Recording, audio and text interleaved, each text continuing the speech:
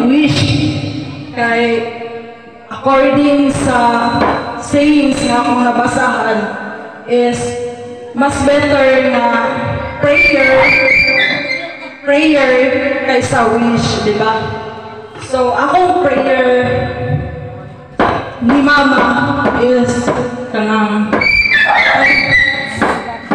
tagaan pa jud ka man o kanang daghan pa yung years nga maabot sa imong life, then kanang good health, dayon kanang importante jud ang atong relasyon sa Ginoo.